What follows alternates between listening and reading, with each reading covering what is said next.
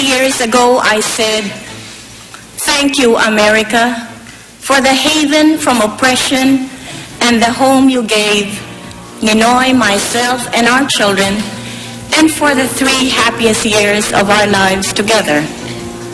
Today, I say, join us, America, as we build a new home for democracy, another haven for the oppressed, so it may stand as a shining testament of our 2 nations' commitment to freedom.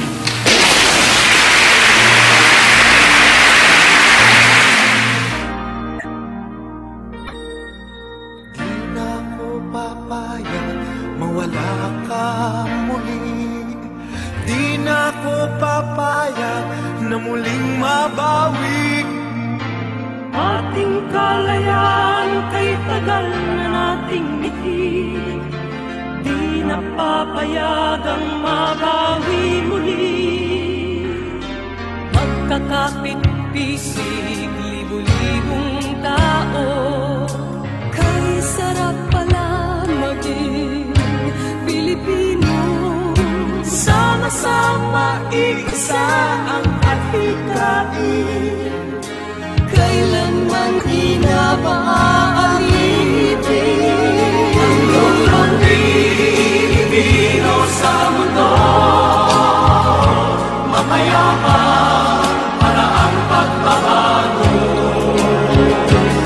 Katotohanan, kalayaan, katarungan ay kayang makamit na walang lahat. Basta't magkaisa tayong lahat.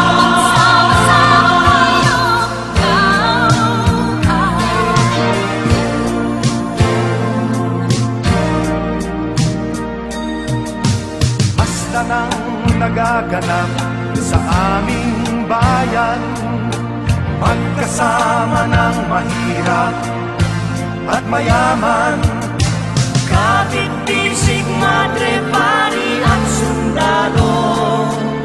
Naging langit itong bahagi ng mundo. Huwag muling payagang umiral ang dilim. Tinig ng bawat tao'y bigyan ng pansin. Magkakapatid lahat sa Panginoon.